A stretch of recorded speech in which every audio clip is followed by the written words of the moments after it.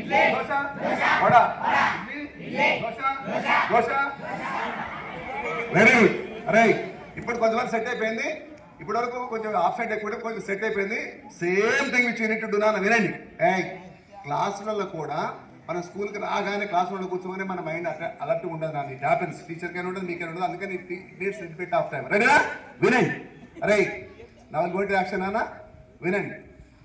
నేనే చెప్తానన్నా కాన్సన్ట్రేషన్ అంటే ఏకైనా చేసే పని మీద మాత్రం దృష్టి ఉంటే అనగా చెప్పాలి. మీకు ఎగ్జామ్ అర్థం కావాలంటే లైఫ్లో ఎట్లున్నట్టు మీకు కాన్సన్ట్రేషన్ అన్నా.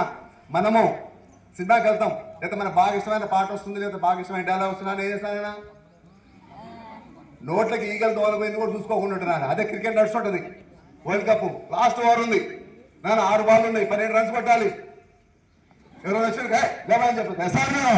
అదే కాన్సన్ట్రేషన్, అదే దాని అటెన్షన్ మన క్లాస్లో టీచర్ చెప్పేటప్పుడు కానీ మనం చదువుకునేప్పుడు కానీ పెడితే మనకి ఏమొస్తుంది, అవుట్పుట్ మంచిగా వస్తుంది.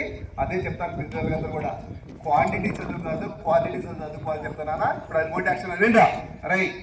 ఇప్పుడు మెమరీ ఒక పక్కన పెట్టినానా. మైండ్ పవర్ వెనుకపాడు ప్రపంచం కాదు అంటే అసలు మైండ్ పవర్ ఏంటని తెలుసా?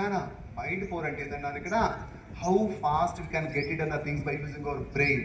మనకందరికి బ్రెయిన్ ఇచ్చాడు దేవుడు ఫ్రీ ఆఫ్ కాస్ట్. ఏం ఖర్చు పెట్టుకుంటూ వచ్చేసింది మన బ్రెయిన్ నా లోపల ఉంటుందా నానా.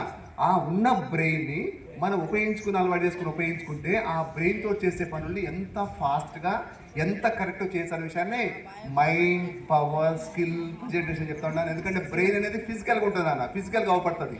మైండ్ అనేది అవపడదు, అది ఫంక్షనల్.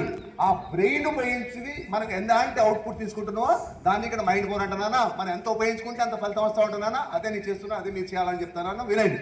మైండ్ పవర్ అంటే ఏదైనా ఒక సెకండ్ టైంలో 600 సంవత్సరాల క్యాలెండర్ ఒక సెకండ్ టైంలో చెప్పి చూపించాను ప్రపంచం కాడి కోసం. నేను అంత డెప్త్లోకి ఇప్పుడు పోకుండా మీకు 1 నిమిషం 2 నిమిషాలు ప్రాక్టికల్గా మీ అందరికీ ఇప్పుడు చేసి చూపెడతాను.